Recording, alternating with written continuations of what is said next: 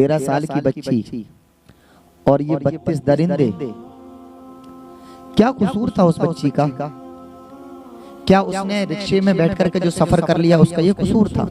5 दिन 4 होटल, और उस नन्ही सी जान को अगर तकलीफ होती थी तो ये दरिंदे दवाई खिलाते थे उसको और उसकी इज्जत को लूटा करते थे। क्या तुम्हारे हाथ नहीं कपकपाए?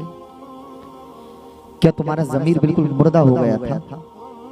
मुझे ये बात बताते हुए मेरे होठ कपकपा रहे हैं, मेरा दिल जख्मी हो रहा है, दिल रो रहा है मेरा, मेरी आंखें नम है, मेरी जबान लड़खड़ा रही है। क्या कसूर था उस बच्ची का? बेटी चाहे हिंदू की हो, बेटी चाहे मुसलमान की हो, बेटी चाहे सिख की हो, बेटी चाहे ईसाई की हो, बेटी बेटी हुआ करती है। बेटी चाहे यूपी की हो, बेटी चाहे एमपी की हो, बेटी बेटी हुआ करती है। लेकिन इन दरिंदों ने बिल्कुल भी परवाह नहीं की, उसकी इज्जत को लूट लिया। क्या इनके सामने अपनी बहनों के चेहरे नहीं आए थे? क्या इनके सामने अपनी माँ का चेहरा नहीं आया था? जिस वक्त ये उस बच्ची की इज्जत से खेल रहे थे, उस वक्त क्या बच्ची तड़प नहीं रही होगी? क्या उस बच्ची को तकलीफ नहीं हो रही होगी? लेकिन इन्होंने, दरिंदों ने बिल्कुल भी रहम नहीं किया, उसकी इज्जत को पामाल कर दिया, उसकी इज्जत को तार तार कर दिया। कब तक होता रहेगा? क्या तुम इस दुनिया को छोड़ करके नहीं जाओगे?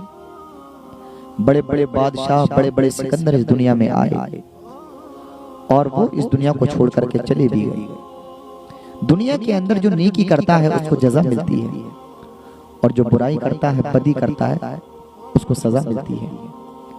कैसे माफ कर पाओगे अपने आप को? क्या तुमको ये अपना गुनाह याद नहीं आएगा? क्या तुम शर्मिंदा नहीं होगे अपनी इस खता पर? क्या तुम्हारा ज़मीर बिल्कुल मर चुका है?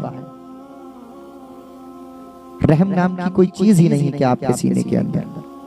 क्या आपके सीने के अंदर जो दिल है उसमें धड़कने भी बाकी हैं या नहीं है? अगर धड़कने बाकी हैं तो क्या तुम्हारा ज़मीर बिल्कुल मर गया? रहम का कोई खाना ही नहीं है आपके पास। दिल का करार चैन है, राहत है बेटियां, सच पूछिए तो बाप की जन्नत है बेटियां। हरगिज कभी न इनको तुम जहमत कहाँ करो, फरमान मुस्तफा है कि रहमत है बेटियां।